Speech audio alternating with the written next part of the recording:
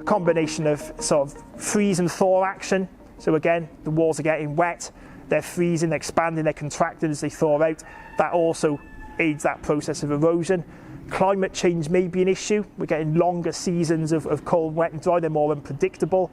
And in general, we've got an issue with masonry falling off from various heights. To make this work possible, you can't do it from a cherry picker or a ladder, you need a scaffold. And the scaffold here will be, how many lifts, 8 or 10 maybe, but we've been told initially by the scaffold engineers it'll have a loading weight of about 8 tons on each of the major uprights. So you can imagine, focused on a point that big is quite spectacular. So we've currently got another very distinguished expert in medieval masonry, specialising in big churches, eroding mortar, sandstones for example. In this case, we're actually looking at the conservation state of the building. It's been surveyed very, very thoroughly by a stonemasonry conservator to understand exactly where the problems are now.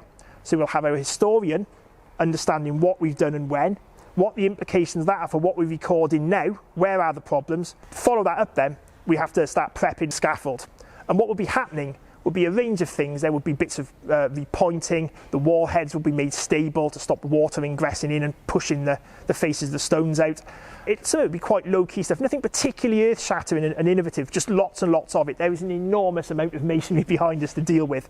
So we're doing it 5 phases, dealing with the east end of the church first. The archaeologists, all been done by hand. They've stripped everything off onto the topmost archaeological layer, and they're in the process of cleaning down this surface under the topsoil to effectively just map out the archaeology in 2D once we've worked to that level.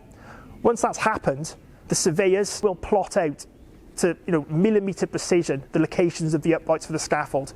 We then bring out the engineers, the scaffold contractor, and we say, okay, where are the problems?